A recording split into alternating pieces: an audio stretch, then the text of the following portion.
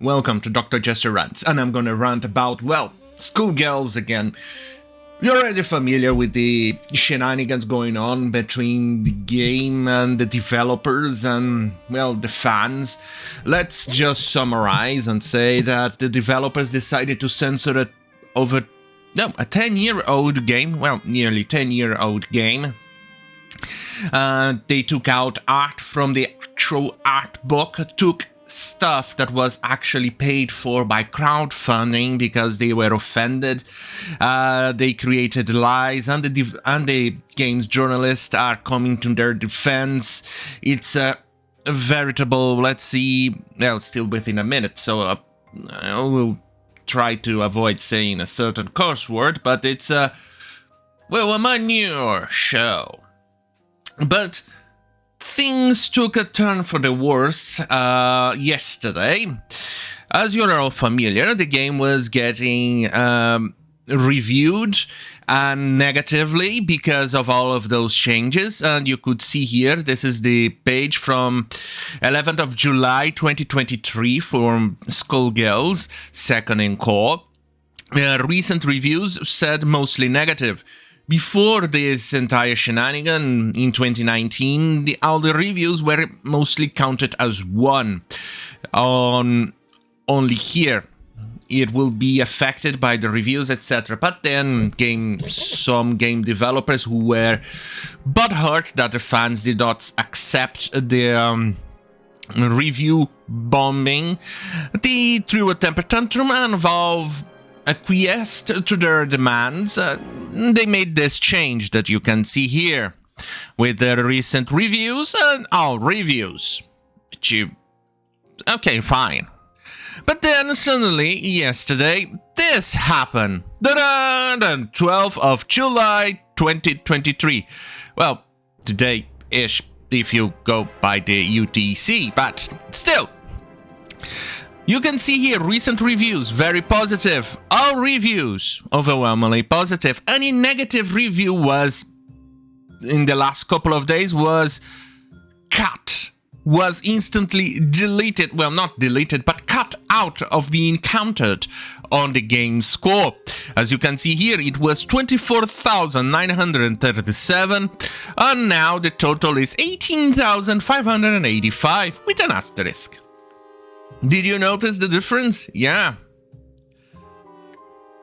That's quite massive. Very massive. That took a massive amount of reviews. Out of 10%? I'm not very good at this. Right. So, what Valve did was technically hide it even more. The review bombing. Now you have to go even more into convoluted places to actually go and change for you to see the actual stuff. Yeah. As you can see, it's quite notorious. Let me just go on in details, but before that, here's a trailer.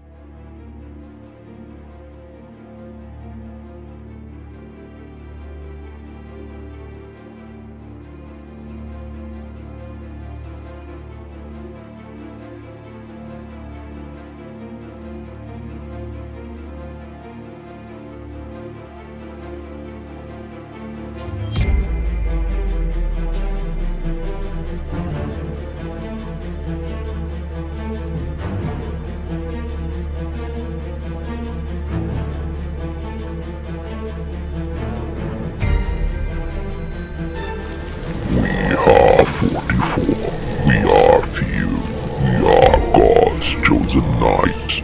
We are born of sin and crime.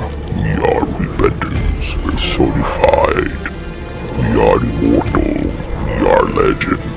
We are God's wrath made manifest. And we know no fear.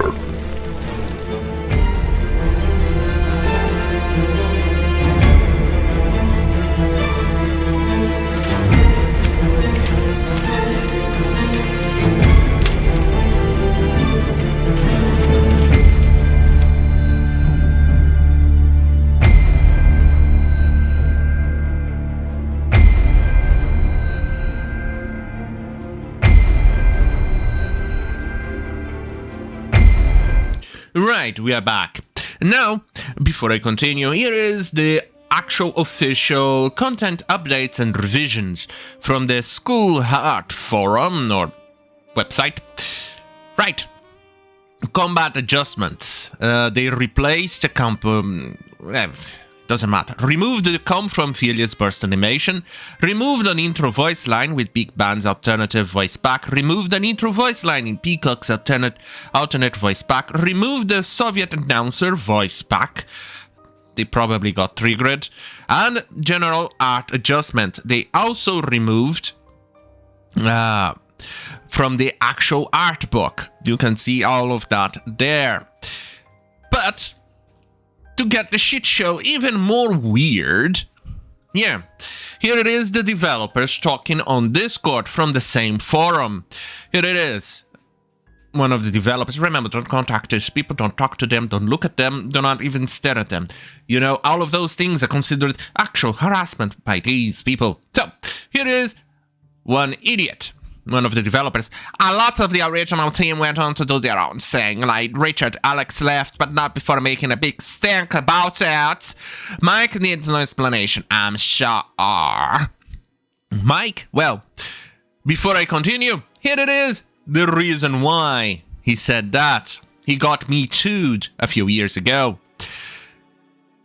3 years after he faced sexual harassment allegations, new fighting game Dizo Legacy is giving disgraced Skullgirls developer Mark Zymont a chance to prove he's now fundamentally different. This is an actual games journalist. Look, I'll quote Michael Malice here. A journalist needs to be seen with the same disdain as a tobacco lobbyist. And I think a games journalist needs to be seen with triple that amount. But I digress. Let's continue, shall we?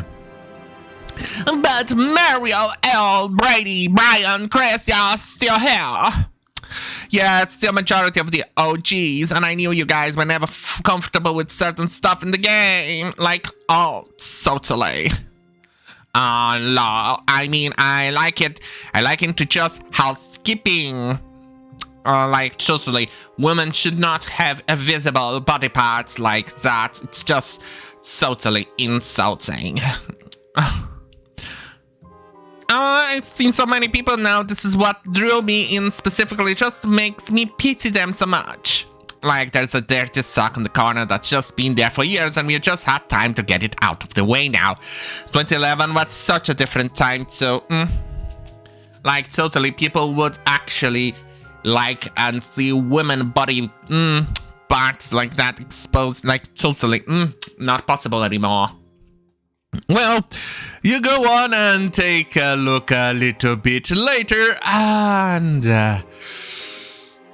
yeah, furries. These people are definitely problematic. Here, didn't have time to draw anything for the National Bikini Day, so here are some select a lot of pictures courtesy of furries. That needs no explanation, does it? But you think they'll actually, when they work with the censorship and all of those things, they'll be fine with it? They would be okay with it, know the shit what you're doing, and after the shit show, they would actually do something nice. But no, here is what one user mentioned, Corridor 89. Here is what he found out. Let me quote him, shall we? Yeah, it must be hell of a trip to be a Gashi Gashi, one of the most popular fan artists of Skullgirls' early days, and has even designed t-shirts for the game, only to eventually have your own contributions to the game and community spot on by the developers. Also, I am absolutely laughing at this trash edit. Notice how the layering on Paint Wheel's hair is wrong. It goes behind the tentacle in the censored version. All of this to actually appease a demographic that absolutely fucking hate these type of games, they actually think that women should be wearing niqabs and burqas because you cannot have the temptation of the flesh. Jesus Christ, the more I think about it, the more they start to sound like those crazy old ladies from the 80s and 90s that you could not see beautiful women anymore or body parts and they would go, oh my god, it's not good, it's against Jesus! Jesus! Remember those days? Holy shit, how similar they are, aren't they? But anyway, here is what they are showing. This is the pinwheel, I believe. Here you can see the uncensored bit. You can see her hair over here. Check the mouse that I'm showing. Look. And then we go to the censored version because it's still showing too much skin for these people, but still, it's censored. Look what they did. The hair is under the tentacle and not over it. Look at that, what they censored. You could not show even a tiny little shape of a butt. It had to be hidden because, oh my god, my sensibilities for Jesus! Good lord, the more we go through time, the more we move forward, the more shit stays the same. Look at how bad it is. This game has become a joke, a disgrace. It used to be quite edgy. It used to be nice. Now, it's just not the same. Oh well. I guess the woke crowd has finally convinced me. I definitely should not be seeing pretty little ladies or too much skin because Jesus is going to get angry. Oh wait, not Jesus. Some of their data is maybe Ruth Bader Ginsburg will get angry. No, what other deity that they have? Oh yeah, Fauci. Fauci will get angry. They have many gods. The woke religion, don't they? Well, on that goddamn fucking hell, have a great fucking night. And the more they say that, oh, but this game wasn't made for you, so get high on and get your tubby. Well, remember, always show them. Wait. This. Always go to their timeline and show how much of a hypocrite they are, even though it makes no difference to them. But they are hypocrites. Anyway, have a great fucking night.